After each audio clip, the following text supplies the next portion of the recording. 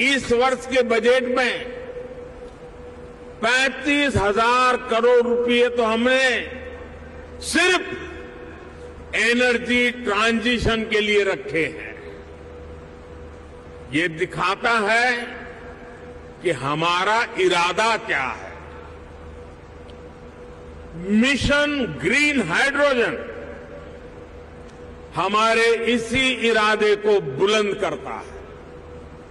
इस बजट में इससे जुड़ा पूरा इकोसिस्टम विकसित करने के लिए अनेक कदम उठाए गए हैं। इलेक्ट्रिक मोबिलिटी की ट्रांसफॉर्मेशन के लिए एक नई सप्लाई और वैल्यू चेन हम विकसित कर रहे हैं।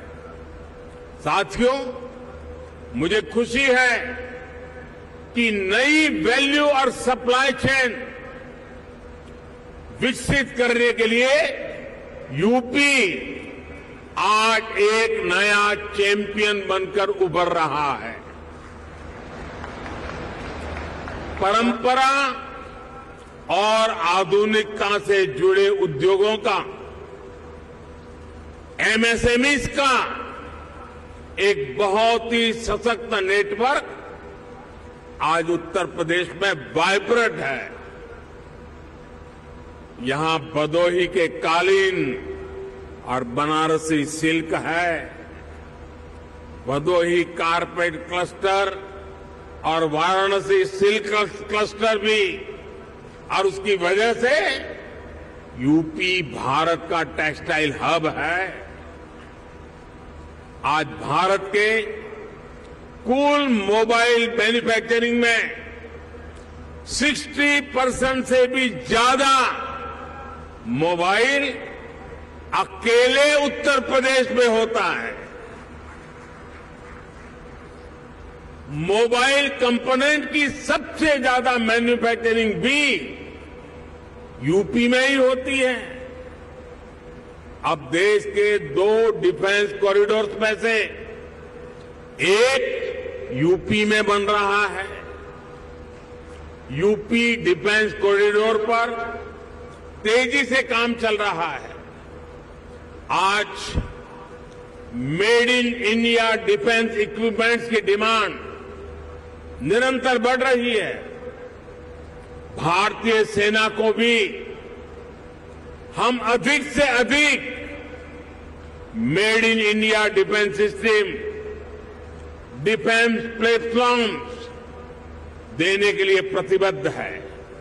और इस महान काम का नेतृत्व इसी लखनऊ की धरती के हमारे कर्मवीर राजनाथ सिंह जी संभाल रहे हैं। ऐसे समय में जब भारत एक वाइब्रेंट डिफेंस इंडस्ट्री का विकास कर रहा है, तो फर्स्ट मूवर एडवांटेज आपको जरूर लेना चाहिए। साथियों, उत्तर प्रदेश में तो डेयरी, फिशरीज, एग्रीकल्चर और फूड प्रोसेसिंग सेक्टर में अनेक संभावनाएं हैं। फल और सब्जियों को लेकर उत्तर प्रदेश में बहुत डायवर्सिटी है। एक ऐसा सेक्टर है जिसमें अभी भी प्राइवेट सेक्टर की हिस्सेदारी बहुत सीमित है। आपको जानकारी होगी कि फूड प्रोसेसिंग के लिए production link incentive PLI scheme लेकर हम आए हैं। इसका लाभ आपको जरूर उठाना चाहिए। साथियों, आज सरकार का ये प्रयास है कि इनपुट से लेकर पोस्ट हार्वेस्ट मैनेजमेंट तक एक आधुनिक व्यवस्था किसानों के लिए बने। छोटे इन्वेस्टर्स एग्री इंफ्रा फंड का उपयोग कर सकते हैं। इसी प्रकार देश भर में एक बहुत बड़ी स्टोरेज कैपेसिटी विकसित करने के लिए बजट में हमने प्रावधान किया है। ये भी छोटे निवेशकों के लिए बहुत बढ़िया मौका है। साथियों, आज भारत का बहुत अधिक हमारा फोकस क्रॉप डाइवर्सिफिकेशन पर है। छोटे किसानों को ज्यादा साधन देने और उनकी इनपुट कॉस्ट घटाने पर है। इसलिए नेचुरल फार्मिंग की तरफ हम तेजी से बढ़ रहे हैं। यहां यूपी में गंगा के किनारे दोनों तरफ 5 किलोमीटर क्षेत्र में नेचुरल फार्मिंग शुरू हो गई है। अब इस वर्ष के बजट में हमने किसानों की मदद के लिए 10,000 बायो इनपुट रिसोर्स सेंटर बनाने की घोषणा की है। ये नेचुरल फार्मिंग को और अधिक प्रोत्साहित करेगा। इसमें भी प्राइवेट एंटरप्रेन्योर्स के लिए इन्वेस्टमेंट की अनेक संभावनाएं हैं। साथियों, भारत में एक और नया अभियान हमारे मिलेट्स को लेकर के शुरू हुआ है। भारत के ये मिलेट्स आमतौर पर लोगों की भाषा में उसको मोटा अनाज कहते हैं और उसकी कई वैरायटीज है। विश्व बाजार में उसकी एक पहचान बने, इसके लिए आपने बजट में सुना होगा, हमने इस मिलेट्स को, मोटे अनाज को एक नया नाम दिया है, श्री अन्न।